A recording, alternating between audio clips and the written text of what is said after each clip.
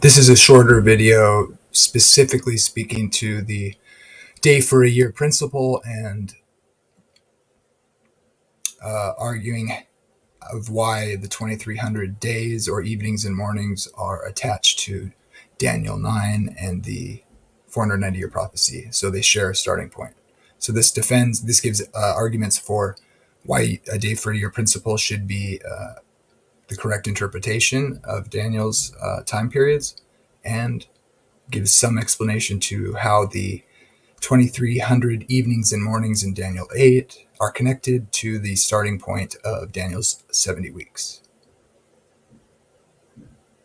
So this is a shorter bit of information for those who don't have the attention span to watch the entire video, also posted with a similar title. 34 AD for the termination of the 70 weeks, the termination of the probationary period of the 70 weeks upon the Jewish people, and the gospel goes to the Gentiles. Now, the next connection we need to make is with Daniel 8, and we get back to the 2300 days and 1844 here. And we need to notice two things. So the connection with between the two prophecies. So let's look at Daniel 9 and then look at some features in Daniel 8. The prophecy in Daniel 9 was given under a Persian king, was given about events to occur under a Persian king. And the prophecy in Daniel 8 begins with the Persian ram. So in one case, we have the prophecy that begins with the Persian Empire in general. That's Daniel 8. And in the other case, we have the prophecy begins with a specific date of an event carried out by a Persian king. Now, if you'll notice Daniel 9:23, there is a reference back to the preceding vision.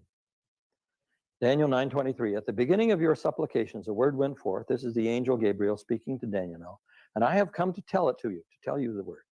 For you are greatly beloved. Therefore, consider the word, that is to say, the word which I bring you now, and understand the vision which you previously received. Daniel 9 is not a vision. It's an oral, didactic prophecy given by Gabriel. But the vision is the preceding vision, the vision of Daniel 8. So he says, the word that I bring you, consider it and understand the vision. Now, in Hebrew, there are two words for vision. One is mare, which is the appearance of a being in a vision. And one is hazon, which is a symbolic vision with lots of beasts and symbols and images. To give you a couple of examples, if you look at Daniel 8, verses 1 to 3, in the third year of the reign of King Belshazzar, a vision, a hazon, appeared to me. After that, which appeared to me at first. And I saw in the vision, the hazon. And when I saw, I was at Susa. And I raised my eyes and I saw the Persian ram. So he's saying, this is a symbolic vision. This is a hazon vision. This is the ram and the goat and the little horn and so on and so forth. Now, if you turn over to Daniel 10, Daniel 10, Jesus appears over the river as this great, glorious being, starting with verse 24, Daniel 10:4.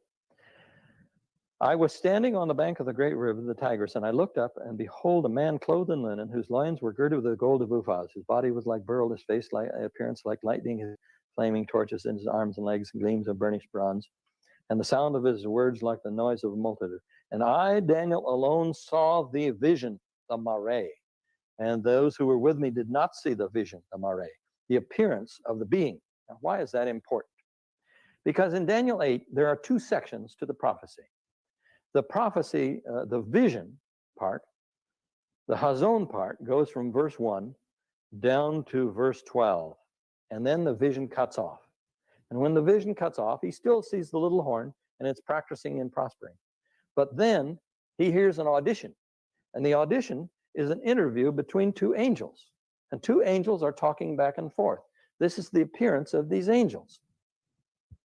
And here's the question about how long will these things be? And then the other angel answered, unto 2,300 evenings, mornings, then shall the sanctuary be restored to its rightful state, or cleansed, or however one wishes to translate the verb there.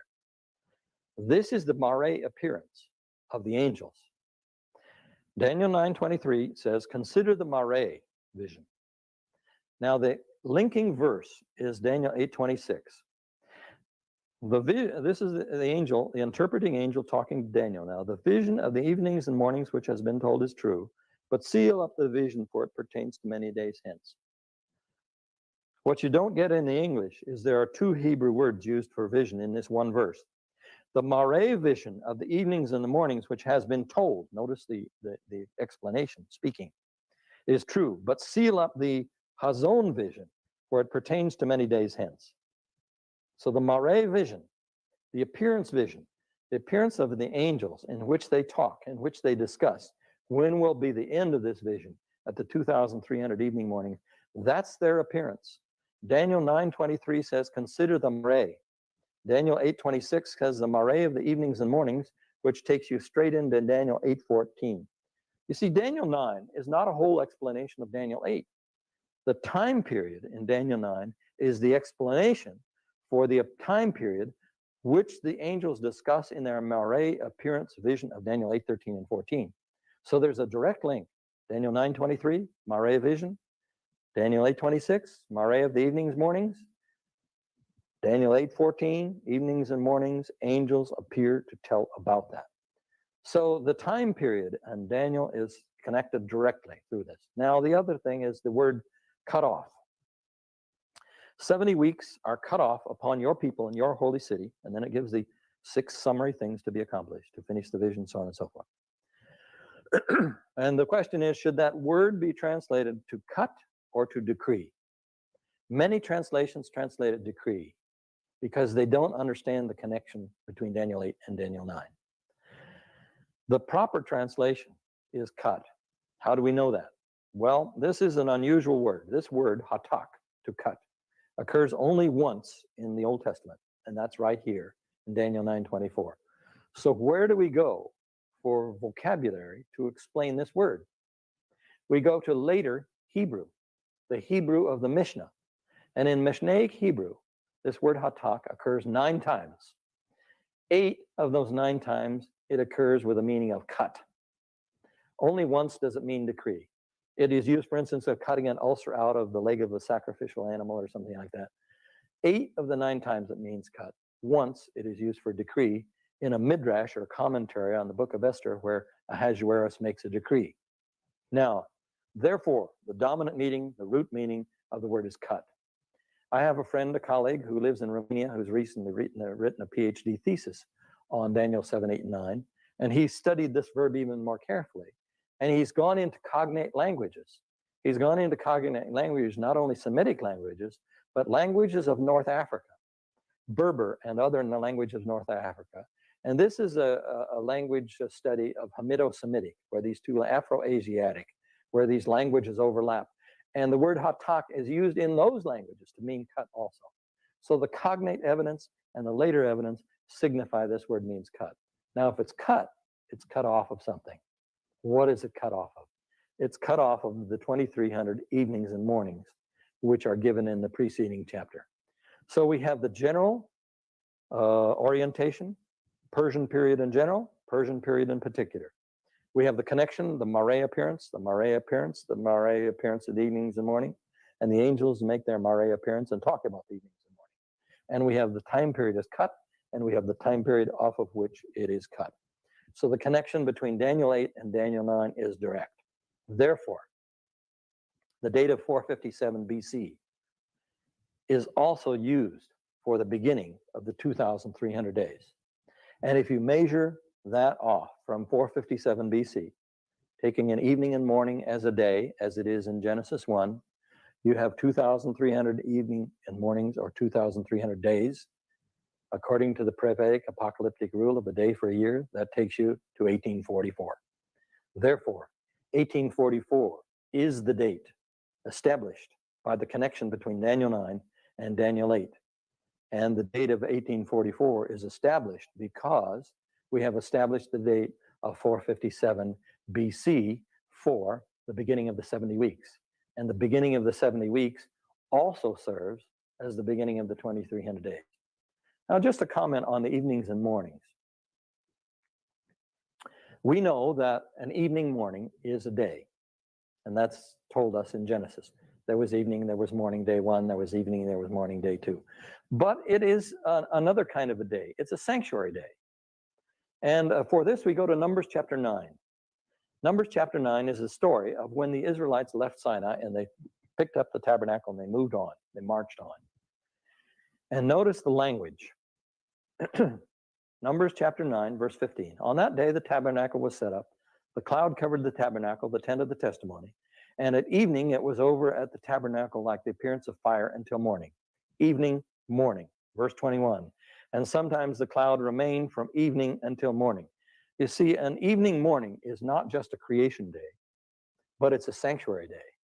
And it's a sanctuary day because it was a sanctuary day all of the 40 years that the Israelites traveled in the wilderness. You see, when the high priest came out of his tent to determine when it was time to offer the burnt offering at evening and morning, he didn't have to look at the sun to see when the sun crested or when it went under the horizon. He had to look only at the cloud over the tabernacle. And when the cloud over the tabernacle changed from a pillar of cloud to a pillar of fire, it was time to offer the burnt offering. And when it changed from a pillar of fire back to a pillar of cloud, it was time to offer the burnt offering. So the evening mornings of Daniel 8:14 are not just creation days, they are sanctuary days. And so a final point then is about the year-day principle. I've written a chapter in a book on the year-day principle. It's in a book called Selected Studies in Prophetic Interpretation, which is published by the Biblical Research Institute in Washington, D.C.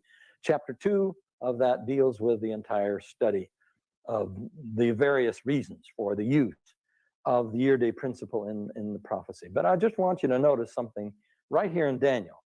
Daniel itself teaches the year-day principle. It teaches it in Daniel 9 because it uses the word weeks. Now, evangelicals try to get away from that by saying it's 77s. It's not 77s, it's 70 weeks. The Hebrew word is shavua.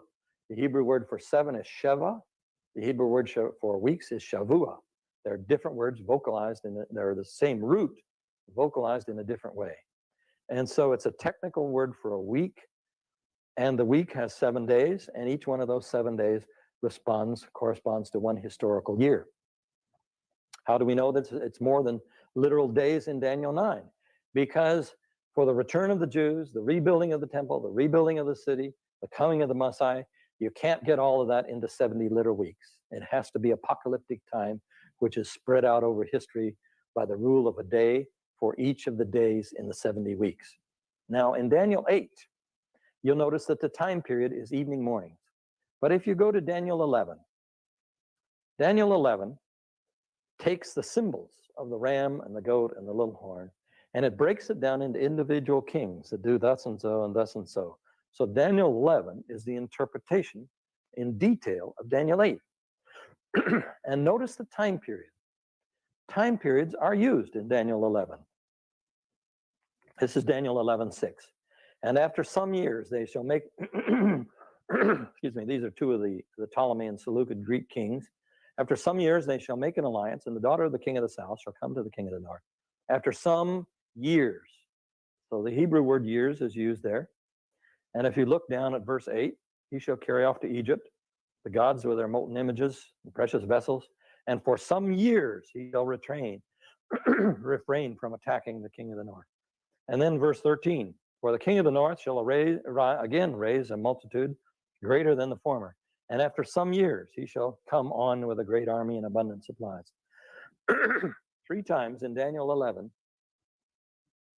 it uses the time period of years. Now they're not quantified. It doesn't say 7 years, 5 years, 11 years, but it uses years.